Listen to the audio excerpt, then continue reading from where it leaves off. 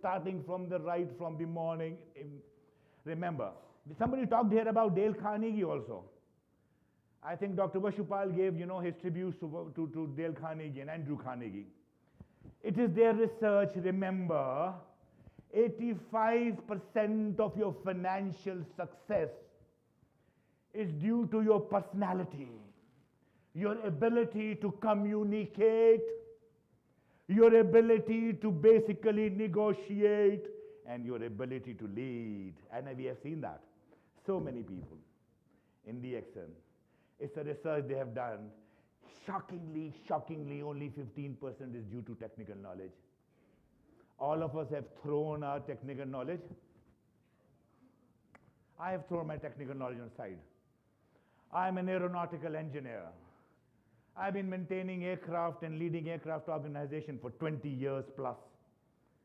And good about 20 years I've been training. But I like what I'm doing now. I train people to become good individuals. I train people, organizations, how to improve their organization by improving each individual. And I'm going to tell you why it happened. Why do we do what we do? Okay. Why are we here in these kind of talks? Jahanara, can you tell me why are we here in these kind of talks? For learning. Ma'am, can I ask you, what is learning? Learning is something what you learn from somebody, the knowledge we get from something. Now, if I want an idea from, suppose from the Professor Vaswal, I'm asking something from him, I'm learning. I'm sorry, ma'am, you're not learning. Why are we here? Dr. Hassan Khatri was all the time saying, why? And we have not given a why to this, what we are doing here. Why are you here? Learning is everything in you that I know today. I think all of you, right? But I'll give you, yes, sir. Yes, Dr. Vashupal. Learning is knowing things which you don't know. That's okay, but I'm going to add something more to this. I'm going to add something more to this. Where learning occurs the way people start interacting and associating with themselves. This is the concept of association. This is known as, we call it as connect. Most of us speak. There's no connect. They connect in yes sir, me sir. So they want to share, and there the learning occurs. I'll tell you how learning occurs. So best definition I have for learning is, anything which cannot be converted into your behavior change is not a learning. It's a waste of time. So they say it is the change in behavior. It is due to knowledge or interaction with some people. They are the only two ways.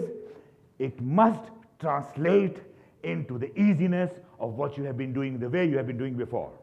If it has not brought that change, maybe a single change. And that we call it as sadqa-e-jariyah.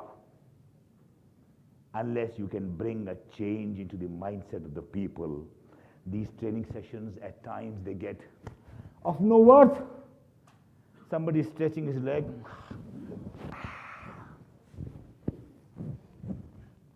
This is training? This is no training. Training is your eyes should be wide open. You should smile. I'll tell you how it occurs. You know what are the PEDs? PEDs? Children, infants, they say, how does children learn? You need to know. How does adults learn? Adults don't learn when you try to talk to them. They say, sorry, what do you think? Do I look like a fool? You're trying to tell me? You don't know I'm a doctor. I'm a professor. Sorry. So never try to train the people. Like pedagogical learning. Pedagogical learning is A for apple, B for boy, C for cat. The slate is clean. All of us are glasses full. All of us have our glasses full. We are adults. We don't want you to interfere into our lives. Don't tell me how to drink coffee. I know. Because my father has been doing it, my grandfather has been doing it. Do you think they did not know how to drink coffee? You are training me how to drink coffee? No, I am not learning. His mind's blocked. So never try to train people in a pedagogical manner. There's a person whose name is basically Malcolm Coles. What's the name? Malcolm Cole is basically the grandfather of adult learning. He says, how does an adult learn? Number one principle, adults are not interested in learning. So what's the first principle of adult learning? Remember, this man is not interested. So how do I create an interest? So he says, you must create what is in it for me. You have to tell him, there is something in it for you. You will see his eyes moving here and there. You will not see him focused. You will not see his eyes brighten up. You will not see a smile on his face. When the pupils dilate, when the eyes wide open, and when this portion of the, your face opens up like this, oh, now he's ready. Now you tell him whatever you want to, because he established a connection. This is known as andragogical learning. This is what Malcolm Cole says. Treat all of your potential customers as on an adult. But who are the adults? How does an adult learning occur? I've just told you. Don't tell me what to do. It's my choice. Baba, don't tell me, Mama, it's my choice. So even your children says that the day they say these things, they are an adult. They can no more go to learning process through pedagogical learning. You have to treat them as an adult. And how does an adult learn? Any one of you who has an idea, what is I'm an aircraft accident investigation. I've done crash investigations also. In that process, when I did my flight safety course, aircraft course, they taught me one thing. I don't remember many, I remember one rule. Never ask a leading question. What is a leading question, Dr. Saab? Any idea? Which has answer yes or no. Any wonderful. Thank you very much, Dr. Apna. Thank you, as a big man. Any question which has its answer yes and no is a leading question. And that will be advantageous to the questioner. And that will be? See, you ask me a leading question. I am bound to give you yes or no answer, but both ways it will be good for you. No, sir. What you want, no, you ma'am. get it. I'm sorry. What happens? Lawyers do it like this. Lawyers and barristers would do it. He's a lawyer,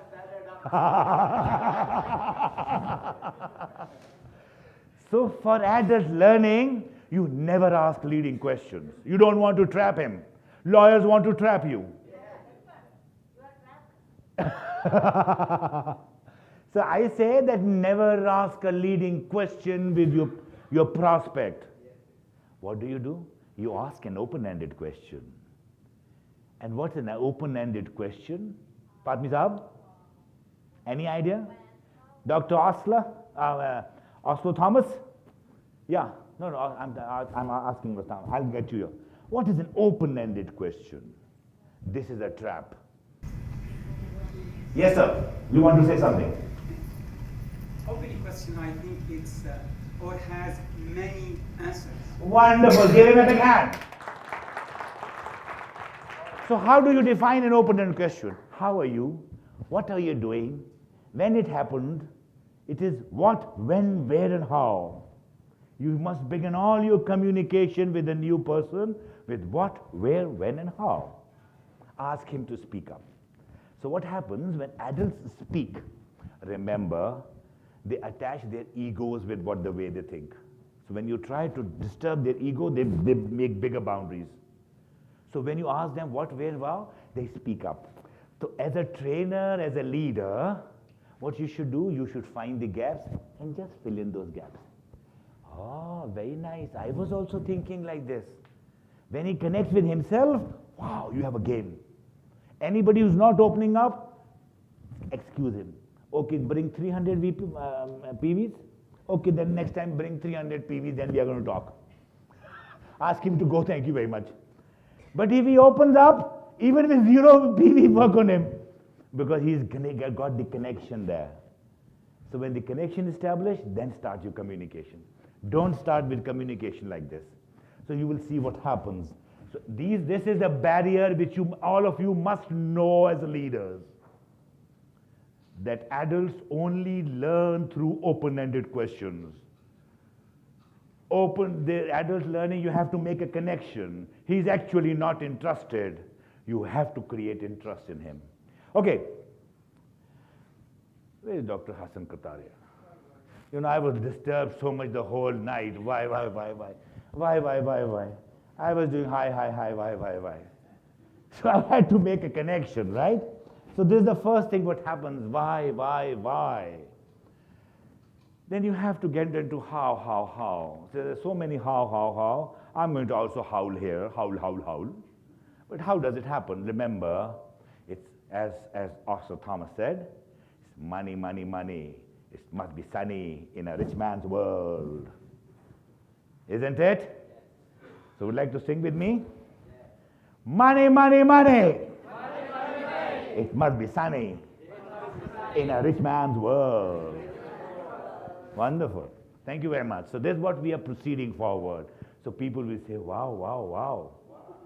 They'll not say how. They'll say, wow. When I look at Fatmi, when I look at Dr. Vashupal, when I look at Dr. Rath, I say, wow. So they've already attracted my attention. So this is what should happen in your lives. People should see you as wow. And they'll start following you. This is what will happen. Yes, sir? Wow, not wow. Yeah. This was more to make a connection with people. You know, if your talks are not humorous, people are not with you. Adults only enjoy when the talk is humorous. Must learn jokes, must learn light humor, and must bring it in. You will be a leader. A leader is always smiling. Whatever is going on inside him is a separate story. Okay. What we do is, why do we do what we do? This is my prime subject. You must know why do you do what you do. You must know why does he do like the way he does. Why? We need to find out this. Why are you laughing and smiling? Do I look like him? I do? Yeah. You know, in United States, there are only 2 trademarks. One is an owl and the other is a donkey, right? So donkey, there's also a person who works hard.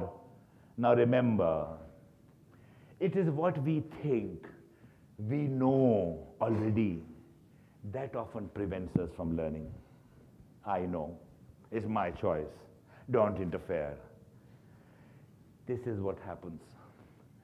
You can only work hard, but let me tell you, but if you put life into it, your lives will change. If you put a reason into it, your purpose will change in life. So what is there? Behavior change. We're talking about behavior change. Is it possible? It is poor human behavior patterns that contribute to chronic diseases. I have so many friends in the top hospital. They're all virtually the heads of departments of Aga Khan. I'm a golfer, and I meet them very regularly. Every Saturday, Sunday, we are together. And the doctor friends of mine tell me, do you know, the most of the patients, the problems they have is because of anxiety. It is because of nothing else. We are anxious. So if you learn to live, this is the time, this is the place, and I am the person, anxiety will fly away from your life. There's a research from a Harvard professor. What did he do? He floated a research on the net. And on that net he announced, you can go and see it there. It is on TED Talks also. You know, he announced he wanted to find out who are the happy people. He wanted to find out who are the happy people. So he said, if you want to register on the net. Then he asked them, okay, do you have a, you must have a mobile phone which is Android or iPhone. I'm going to ask you a question. Out of these 15,000 people who registered with him, The data he collected was about 0.65 million people, a million times. And there were only 3 questions. Hello? How are you? No, I'm not asking you. What are you doing? I'm sitting in front of television. What you're thinking? What my wife will come and when she'll watch me, see me watching this program? How you're feeling? Guilty. He recorded this only 3 questions for about 650,000 times from 15,000 people. What did he find out? Who are happy people? Happy people are, they are thinking what they are doing and they are doing what they are thinking. So that is one of the reasons I did this exercise to distribute into our world tables. They're international tables now domestic tables, right? And I'm trying to tell you that please capture the moment. Okay, it's human behavior is not easy. What will happen with you? You know, just try to associate that most of you look like this, don't you? Or used to look like this. And some people still look like this. What time will do to them? This is going to happen with all of us. Or it already happened with many of us.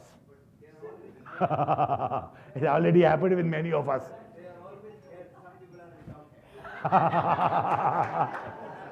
You know, there's a small joke. There's a small joke. One day a person like, you know, he comes at my door and he knocks the door. Hello, how are you? He opens the door. Who are you? I'm your class fellow. No, which school? You remember that school? No. You remember that teacher? No. You don't remember me? No, I never had a person who was bald and who had beard. Close the door. And then he opens and embraces him. So remember, Fatmi, I never had a class fellow like you in my class. But this is going to happen. This is a story of life. So what happens actually? For the first time in human history, preventable chronic diseases kills more people than infectious diseases. 3 out of 4 Americans will die prematurely from a condition that is mostly related to his lifestyle, to the habits and circumstances. The real future of healthcare for 75% of us lie in behavioral change and not the traditional medicine. This is what Dave said preaches. This is what the entire 3 days we have been talking about. We have to bring a behavioral change in our lives. And that will bring a change, and then it gives us health. We have live examples sitting here. This is what happens. So, but why, how does it happen? I said my main focus is why do we do what we do? I talk about attitude. It is the attitude of your life. But what is attitude? What is attitude? The attitude is that my time is running out and I have to be fast. Okay, no more question answers. You have to run with me if you want to run with me. Or otherwise, if you want, call me for 4 hours some other time. So I have to complete this. This is my signature model. Why do we do what we do?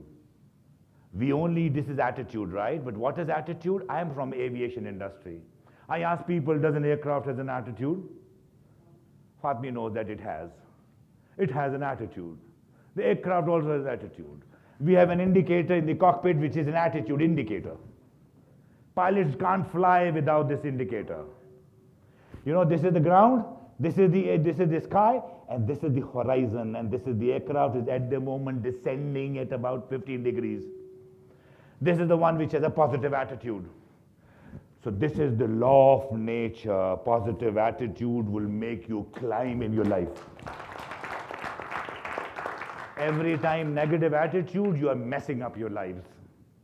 Come what may, what happens with you, you must learn to have a positive attitude. Thank you very much. You have a stomach ache, you have some other problem, you have financial problems, nobody's interested. It's a part of your luck.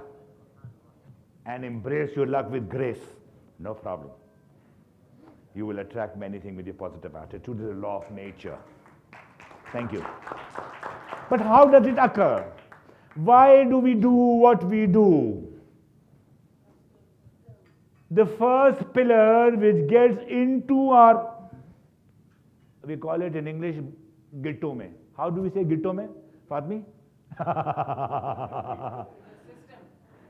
It gets into our psyche. It gets into our roots. Tradition. Yeah, tradition. I'm going to talk about these things. Why do we do what we do? So I ask a question with people. I would ask Zaman Saab.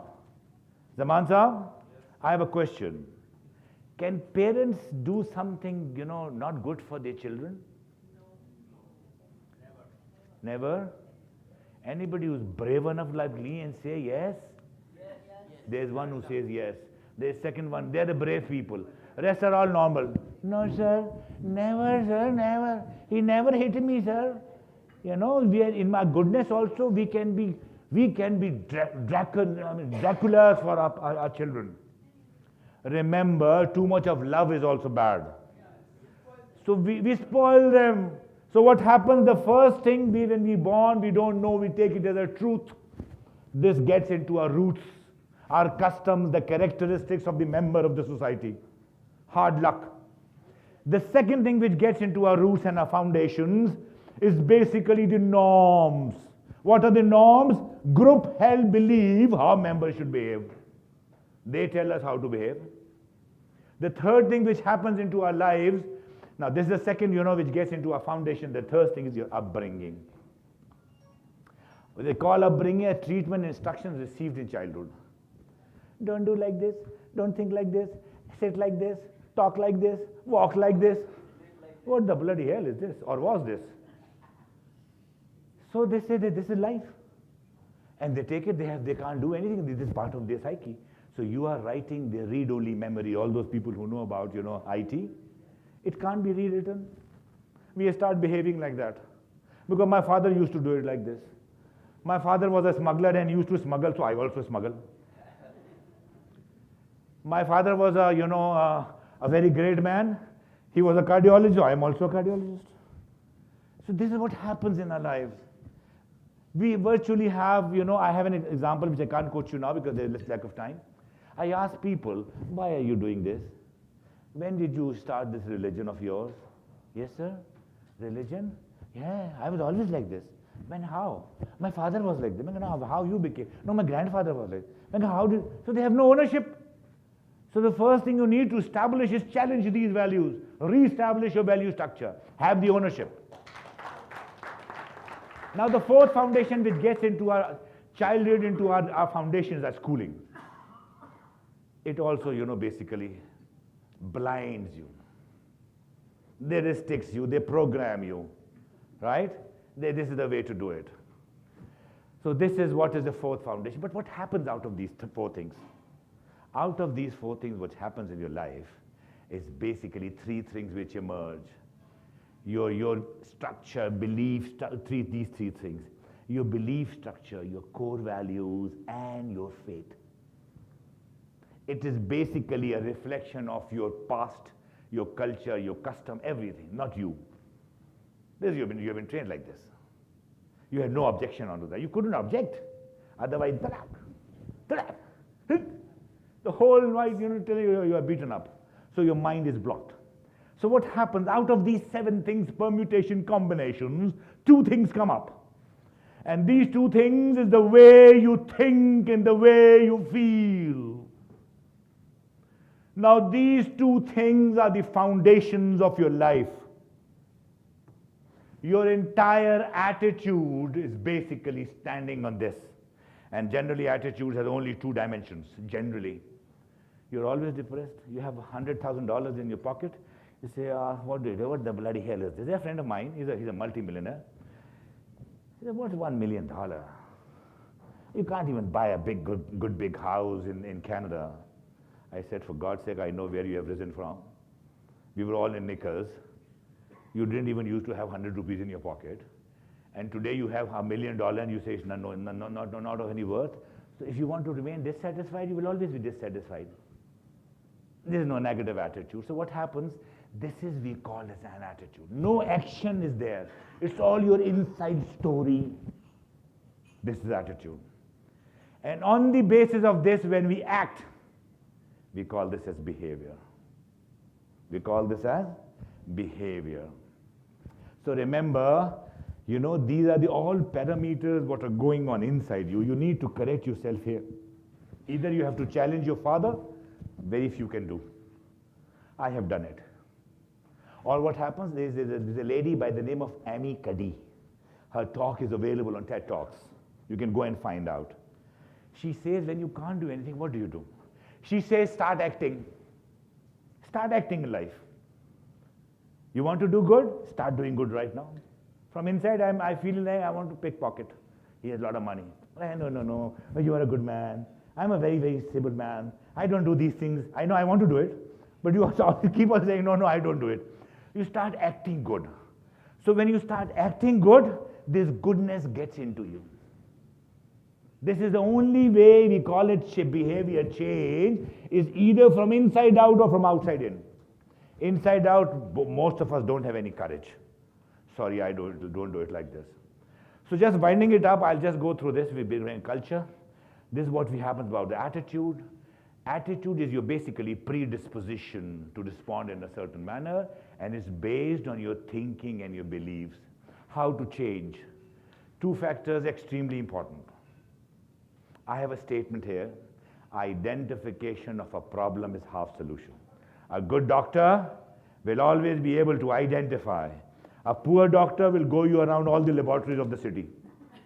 Go do this test, now phala, and this keeps on going on. So if you want to do something about yourself, you must learn to say, yes, I think I have a problem. And then you must have willingness. I think I must do something about it. Half of the problem is gone. So the recognition and willingness. These are the two things. Salim sir, I'm not talking about this. I have 5 minutes? 10 minutes? Okay, I'll wind up 5 minutes. So remember how important is body language. You must act. You know, there's a writer, and you all know who this writer is. Life is a stage, and all of us are actors. Shakespeare. If you're annoyed, you don't have to show your annoyance. No, absorb this. If you want to do something, act your role. Act your role as a trainer. Act your role as a proposer. Act your role as a father. Act your role as a mother. Act your role as a son. Act your role as a daughter. Do all these actings. It's not dishonesty. It's being honest to yourself for that role, what you're doing at that point of time. So your body speaks. Body speaks too much. We talked about attitude. So these are the kind of attitude we call as positive attitude. These are the attitudes which reflect through your body. We call them as negative attitudes. What are the parameters of negative attitude? See? These people don't smile, and all of you, none of you can smile right now. Place a fake smile on your face. Come on, show it to me. Fake smile. Just do it like this. Yeah, do it, come on. Ah, that's nice. Okay, they don't look into your eyes. Anybody who doesn't look into your eyes, please think that there's something wrong. You know, they are unwilling to change, they are complaining more, they're blaming, they're critical, they're self-centered. I would have preferred, monkeys like this here, who would have been sitting here like this. I tell you, the environment, complete environment change. So this we call it positive attitude. These are the people who are coping with life very easily. They look at problems as blessing. Positive people display self-confidence. Right? Smile, optimistic. And they are the people, what it does? It brings good attitude, will help you make a good sale. It encourages others. It strengthens relationship. You reach your goal. Positive attitude. Just a smile. Thank you. So attitude is a choice. Every day in the morning you get up, you select your mask. I want to look smart. I want to do good business. I want to do this like this. No, I'm tired. Who will call 3 by 5 people? I think last floor was actually, I don't know, last call, what we used to do. How can I call 5 people? So what happens? You need to select your attitude, and it's your choice. So for effective communication, they say Zaban Shiri, Jahangiri. It is you have to have a very politeness, right? You have to good language you have. And this is the way you speak. But I asked, there are three only components. Remember, three components of good communication. See here. The first is the use of words. The second is the tone what you use with, and the third is your body language. How many of you know about this? Nobody? Okay, I'm talking to those people who don't know about it. Ma'am, can you tell me, just only you, what is the importance out of 100 for all these three? No, I'm asking, ma'am. You know. How much? Out of 100? 80. Tone? 95. What? Body language. Okay, I'll tell you. This is the world statistics now these days. Words carry no more than 7%. Don't try to go and tell them DXN is this, DXN is this, DXN, I am this, and this, PV is this, and SV is this, and Phala is this. He is not interested in your words. He wants to look at you. He wants to look into your eyes. He wants to look at your body language. So tone carries 38%. And what is tone? क्या चीज़ है? Oh, हैं? How you speak. So what's tone? What is tone? How you sound. You go to your wife at the lunchtime and say, oh, you are looking very beautiful. Get out. What do you need? So you have to carry a small flower. Wow, my darling, how beautiful you are looking. That's going to make a difference. This we call as, yes sir? Wow. Yes sir. After 30 years, when you go with that attitude, they say, what's your problem? What's the problem?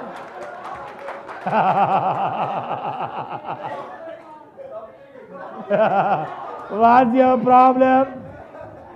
We talked a lot about smiling. There were small flats around and people living there. So there was a person who was living there, and one day he was going to office. His wife says, look, Abdullah is also going to office. You know how he kisses his wife? Don't you want to do this? Yes, I want to do it, but I'm afraid of Abdullah.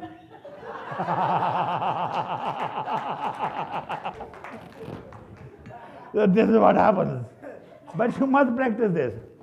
Okay, now the language carries, body language 55. These two, connect 93%.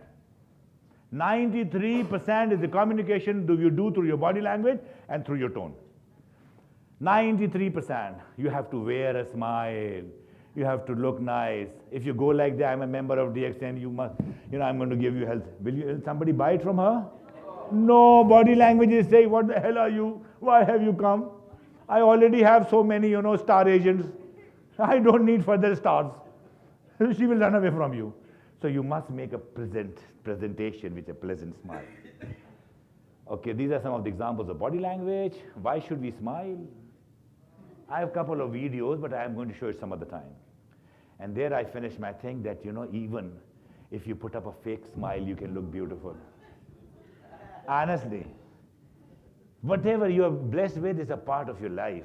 But if you smile, it adds addition, it adds new dimensions into your life. You must smile. I say after my session, when you go home, go with a smile. And somebody must ask you, what has happened? Why are you smiling today?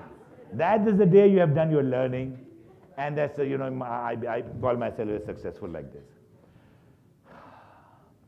Remember, happiness is the ability to move forward, knowing the future will be better than the past. And if you know these characteristics, you become basically a conductor for the orchestra. You have a team. You take them through. You lead your life. And this we call as the leadership music of life.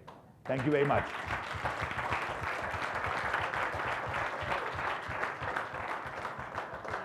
To be effective communication, to Sir. have a